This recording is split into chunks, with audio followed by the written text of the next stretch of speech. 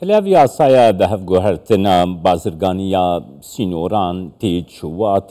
پراتیک دیدی چاوا وره بجیانین عبدالله سوراوی نری وری مریوان الپارلمنتو یا ایرانی تهران میوانی منه سلاف بود بریز سهرابی دست پیکرت خوازم بزانه بیم یعنی او یاسایا به هفگوهرتنا بازرگانیا سینور چی کارگری لروشا کولبران دیگه جنابت بو بینران و بیسرانی عزیز او یاسا که تا استجابه جنکراوه پارادوکسی گرینگی تیایا اوه که للایک ولا تبصری سی او یاسا که من ساعت پیش استاسیر چون بو کردوه بریاری دا ولا عوارضی گمرکی و مالیات لعود و منبعه 60% کۆمەکی کۆڵبەران بکرێت و 20% بۆ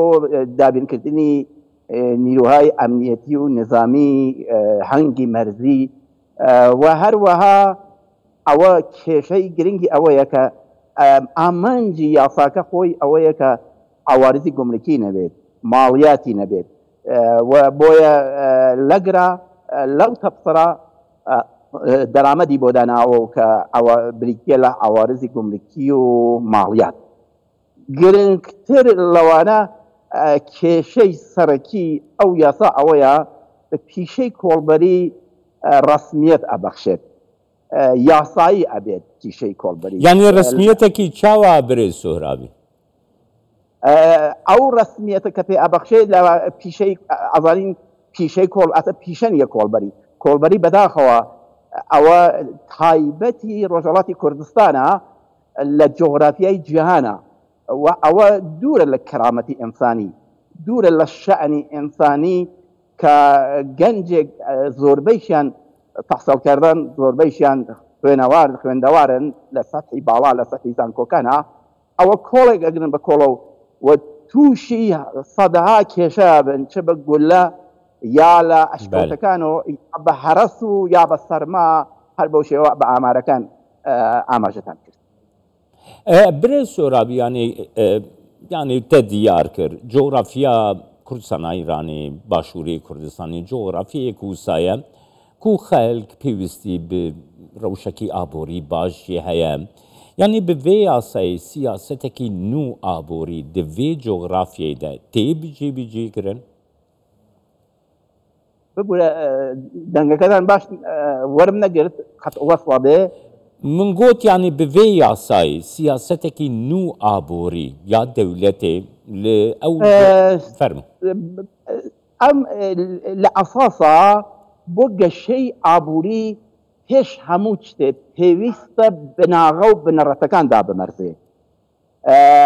ئستراکچر لەوێ گرنگە بناغە و بنەڕەتەکان ئەلعان نییە وەکو ڕێگە و بان وەکو ئوتوبان وەکو فرودگا تا ئەو بناغە و بنەڕەتە بەدینێت ئامادە نەبێت گەشەی ئابووری بەدینایەت و بۆ ئامانجە ئابووریە ناگەن گەرچی کێشەی گرنگتر ئەوەیە ئەو یاسا کە دایانناوە بەداخەوە لەوێ باری ماڵیان بۆ تعریف نەکردووە دیارە بۆ سەرمایە گوزاری بۆ گەشەی ئابووری بە تایبەت بۆ بناغە و بنەڕەتەکان بۆ ساختاری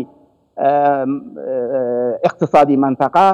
ئەوە پێویستی بە اعتباراتی عەرزی و ڕیاڵیە ئەو اعتبارات تعریف نەکراوە یعنی یاسایەکە بە بڕوای من لەوێ لە سەبارەت بە بودجە و اعتبارات مەسکوت ماوە سکوتی کردووە بەێ برێ سۆرابی نوهاتە گوت و ممکنە کۆڵبەری وەکی پیشە بدن ناسین یعنی گەر وەکی پیشە بدن ناسین ئەو دێ چەرچەوەیا سیستەمێکیدا بچن یعنی ئەو کارێ کۆڵبەریە بکن دناوبەینە ئەم بێژن هەردوو دەولەتاندا ئیران و عێراق چاوا چێ ببە ئەو سیستەم بەداخۆ من کرمانجی تێئەگەم بەڵام ساگە ئێوە ئەبچڕێ زۆر بەڵێ یعنی دخوازم بێژم یعنی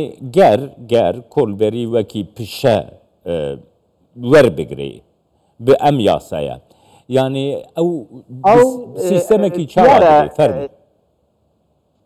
دیارە لە نێوان دوو دەوڵەتە ئەشێ ئەو ڕێککەوتنە ببێت هەر دوو تەرەفی سنوورەکە پێکەوە ئەو کۆدەنگیە ببێت ئەو هاوئاهەنگیە ببێت لەگرا زۆرتر لە نێو ئێرانە ئەم بڕیارە ئەدرێت ئەو کۆدەنگیش خۆی جێگەی ئاماژەیە کە تا ئیستا خۆی کێشە بووە لە بین دوو وڵاتە ئەوە لەوێ پێویستی بەوەیە کە چارەسەر بکرێت لە هەردوو تەرەف سنوورەکە و ئەو کۆدەگی و هەماهەنگیە ببێت بۆ هاوردە و هەناردە لە هەردوو تەرەفە. زۆر سپاس بۆتە برێز عەبدوڵڵا سۆرابیژێ تارانەی میوانی. سپاس بۆ جەناب.